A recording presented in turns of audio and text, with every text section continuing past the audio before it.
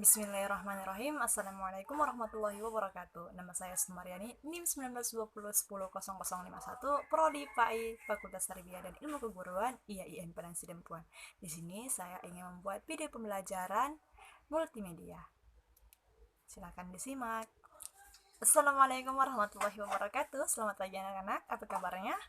Alhamdulillah, semuanya sehat-sehat dan semangat-semangat ya. Oke. Sebelum kita memulai pembelajaran, alangkah baiknya kita berdoa terlebih dahulu. Yang mana doanya akan Ibu pimpin.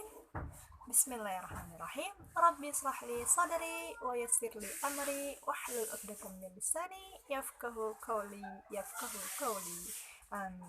Semoga dengan kita mengawali pembelajaran dengan berdoa, ilmu yang akan Ibu sampaikan nantinya bisa masuk dan bermanfaat. Di sini sebelum kita ke pembahasan, alangkah baiknya Ibu absen dulu ya, agar Ibu tahu siapa yang tidak hadir, maupun sakit, maupun yang izin. Oke? Dengarkan namanya, kemudian tunjuk tangan dan katakan hadir. Oke? Bima, Bambang, Tika, Buah, Sinta, Dea, Lia. Alhamdulillah semuanya hadir ya, tidak ada yang sakit, izin maupun alpa. Siapa yang tahu pembahasan kita pada hari ini? Ayo, siapa? Tunjuk tangan. Siapa, Bambang? Ayo, apa pembahasan kita pada hari ini? Kan minggu lalu sudah Ibu sampaikan apa yang akan kita bahas pada hari ini. Ayo. Ya, benar. Hari ini kita akan membahas tentang sholat. Jadi, Ibu mau kalian memperhatikan jangan ada yang ribut atau bercakap-cakap dengan teman sebangkunya, agar ilmu yang Ibu sampaikan nanti bisa kalian terapkan. Oke? Di sini sudah Ibu siapkan PowerPoint yang berisi tentang materi sholat. Jadi kalian bisa lihat dan disimak ya. Oke, di sini sholat. Menurut etimologi, sholat dalam Quran surah At-Taubah ayat 103 berarti doa, dan menurut Quran surah Al-Ahzab ayat 43 berarti rahmat. Sedangkan menurut terminologi, sholat adalah suatu ibadah yang terdiri dari beberapa ucapan dan perbuatan yang diawali dari takbiratul ihram dan diakhiri dengan salam. Dalil diwajibkannya sholat yaitu, hai orang-orang yang beriman, rukuklah kamu, sujudlah kamu, sembahlah Tuhanmu, dan perbuatlah kebajikan supaya kamu mendapatkan kemenangan. Quran surah Al-Hajj ayat 77.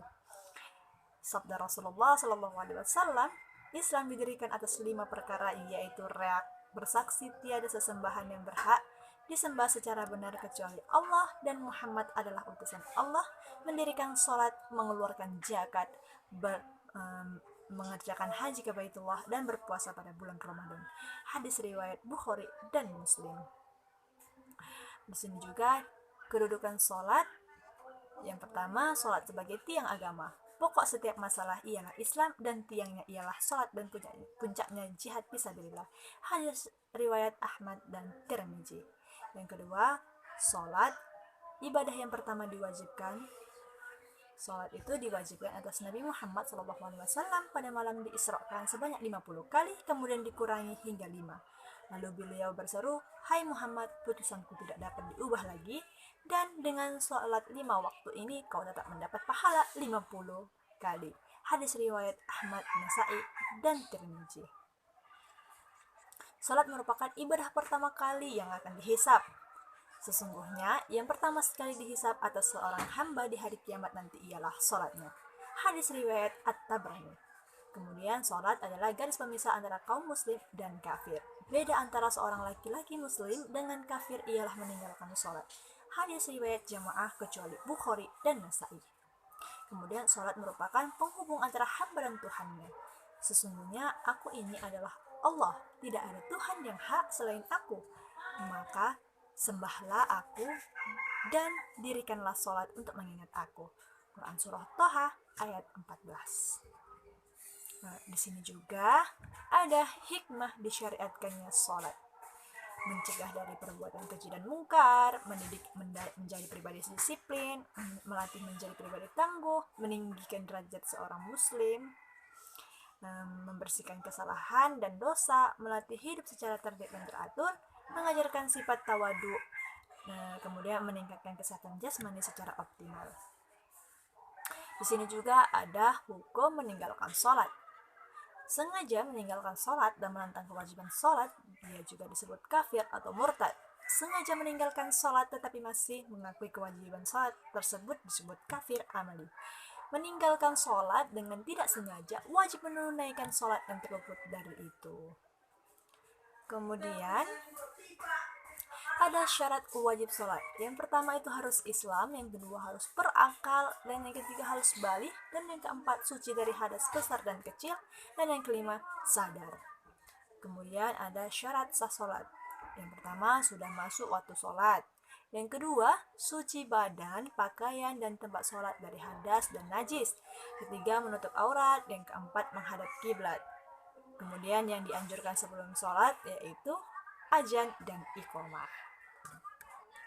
Baiklah, itulah pemaparan tadi tentang sholat. Jadi, ada dari anak-anak ibu yang ingin bertanya tentang masalah sholat atau ada yang kurang jelas tentang materi sholat? Ayo, tunjuk tangan. Siapa? Ada? Iya, Bambang? Apa? Ada yang ingin ditanyakan? Tidak ada? Pas? Di sini kalau kalian sudah mengerti, ibu ingin tunjuk satu orang untuk ibu tanya mengenai materi hari ini. Ibu mau tunjuk Tika. Apa tadi itu sholat? Tika? Ayo jawab, nak. Ya, bagus sekali ya. Sholat artinya berdoa menurut Quran Surah At-Taubah ayat 103. Ya, bagus. Udah paham ya? Selanjutnya, jika tidak ada yang ingin bertanya lagi, materi kita pada hari ini tentang sholat, ibu evaluasi yaitu sholat merupakan suatu amalan atau perbuatan yang diwajibkan pertama kali dan merupakan sebagai tiang agama. Jadi, jika kita sudah Islam tapi tidak mengerjakan sholat, sama saja. Ya kan, seperti bangunan tanpa tiang maka akan runtuh. Jadi, sholat itu sangat penting dan sangat diwajibkan bagi kita. Maupun kita mempunyai kesibukan yang sangat sibuk sekali, tapi kewajiban itu harus dipenuhi. Jadi, bagi anak-anak ibu sekalian, untuk mengingat materi pada hari ini, maka ibu akan menyuruh kalian untuk membuat catatan. Tidak usah banyak-banyak. Ibu ingin kalian mengerti saja, paham dengan materi yang ibu sampaikan pada hari ini. Kemudian kalian buatkan catatannya. Yang mana catatan itu akan dikumpul minggu depan dan akan ibu nilai nantinya. Sebagai tugas individu kalian. Mungkin itu saja materi pembelajaran kita pada hari ini. Semoga ilmu yang ibu berikan atau ilmu yang ibu sampaikan bergunanya bagi kalian dan kalian bisa mengajarkannya kepada orang lain. Semoga pembelajaran hari ini mendapatkan berkah dan ilmu yang kalian dapatkan juga barokah. Amin. Ibu tutup pembelajaran pada hari ini dengan mengucapkan hamdalah, alhamdulillah. Ibu akhiri. Assalamualaikum warahmatullahi wabarakatuh.